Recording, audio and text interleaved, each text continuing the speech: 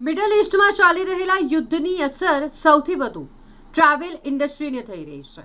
Booking cancel થઈ રહ્યા છે અને જે બુકિંગ ઓલરેડી થઈ ગયા છે તેઓમાં ચિંતાનો માહોલ જોવા મળી રહ્યો છે. વિદેશ જતા યાત્રીઓ કે જે અટવાઈ ગયા છે, અમુક ત્યાં જ ફસાયેલા છે અને અમુકને જવું હવે થોડું અઘરું પડી રહ્યું છે. ખાસ કરીને ગલ્ફ સિવાયનો વૈકલ્પિક રૂટ એની વાત કરીએ તો તે મોંઘો પડી રહ્યો છે ને જેના કારણે આ સૌથી મોટું કરોડોનું નુકસાન જો કોઈને આ યુદ્ધનું થઈ રહ્યું હોય તો તે છે ટ્રાવેલ્સ ઇન્ડસ્ટ્રીઝ. ખાસ કરીને બુકિંગ પણ કેન્સલ થઈ રહ્યા છે તો તેના કારણે આ જે લોકો જેમણે બુકિંગ કરાવ્યું હતું તેઓ રિફંડ માંગી રહ્યા છે. ગલ્ફ સિવાયનો રૂટ જો લઈએ તો એ ટ્રાવેલ ઇન્ડસ્ટ્રીને મોંઘો પડે છે. પહેલાં યુરોપ, અમેરિકા અથવા તો કેનેડા જવું હોય તો વાયા દુબઈ થઈને જવામાં આવતું હતું, પરંતુ અત્યારે દુબઈ ઇન્ટરનેશનલ એરપોર્ટ કે જે યુદ્ધની પરિસ્થિતિના કારણે બંધ રાખવામાં આવ્યું છે ને તેના કારણે ગલ્ફના અન્ય દેશોના પણ એરપોર્ટ બંધ છે ને એટલે ગલ્ફ સિવાયનો જો રૂટ લેવા જાય તો ખૂબ જ મોંઘો પડી શકે તેમ છે. અને દુબઈ જનારા જે મુસાફરો છે કે જેમણે બુકિંગ કરાવ્યું હોય તેઓમાં પણ ચિંતા વધી ગઈ છે, કારણ કે હાલની પરિસ્થિતિ આપણે સૌ જાણીએ છીએ. ઈરાન, ઇઝરાયલ અને અમેરિકા વચ્ચે ચાલી રહેલું આ યુદ્ધ કે જે અન્ય દેશોને પણ આવરી રહ્યું છે અને જેના કારણે પરિસ્થિતિ વધુ ને વધુ ગંભીર બનતી જાય છે અને આ વોરની સીધી અસર વિમાની સેવાઓ પર થઈ રહી છે અને તેના કારણે સૌથી મોટું નુકસાન ટ્રાવેલ ઇન્ડસ્ટ્રીને થઈ રહ્યું છે. વિદેશ અમેરિકા જવા માટે જે તકલીફ થઈ રહી છે એ હવે વિચારે છે કે કયા રૂટથી જવું, કેમ કે જે દુબઈ થઈને જે રૂટ હતો એ સૌથી ઇઝી હતો કે દુબઈથી ડાયરેક્ટ ફ્લાઇટ તમને યુએસએ, કેનેડા, લંડન બધેથી મળી જતી હતી. હવે એ લોકો વાયા બધે યુરોપ થઈને જાય છે કે આફ્રિકા થઈને જાય છે, બધે અલગ અલગ થઈને જાય છે, પણ એ લોકો લેવા તૈયાર નથી. કેટલું નુકસાન એક અંદાજ મુજબ આ 3 દાડામાં ઇન્ડસ્ટ્રીઝને કેટલું નુકસાન ગયું હોય છે?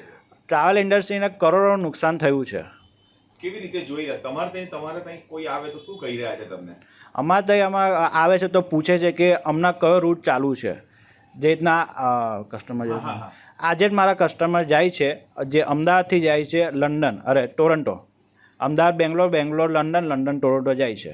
ને એક મારા કપલ જાય છે સિડની, બરોડા દિલ્હી સિડની. તો ભાવ બી વધી ગયા છે? ભાવ બધા ડબલ થઈ ગયા છે. હમણાં કોઈ ફ્લાઇટ દેખાતી નથી ઓનલાઈન. તો પહેલા કેટલો ભાવ હતો અહીંથી અમેરિકા જવાનો કે સિડની જવાનો, અત્યારે કેટલો ભાવ છે?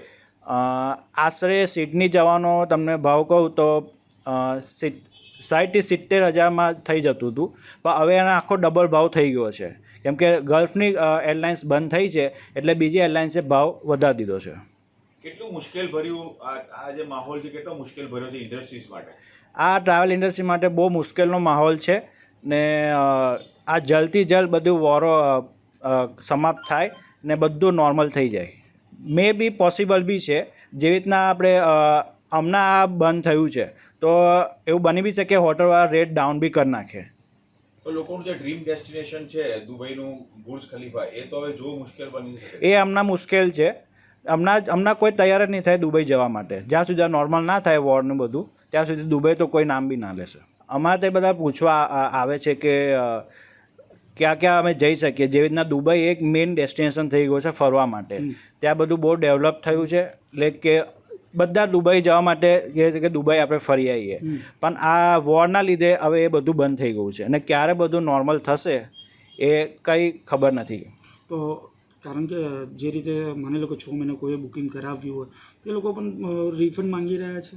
હા, રિફંડ બધા માંગી રહ્યા છે કે હોટલવાળા એવું છે કે તમને એક્સટેન્ડ કરી આપે, પણ કસ્ટમર એવું કહે છે કે અમારે રિફંડ જવું છે, અમારે ત્યાં જવું નથી, કેમ કે ત્યાં માહોલ સારો નથી હમણાં. એટલે ડરના લીધે લોકો ના પાડે છે. ડરના લીધે લોકો ના પાડે છે.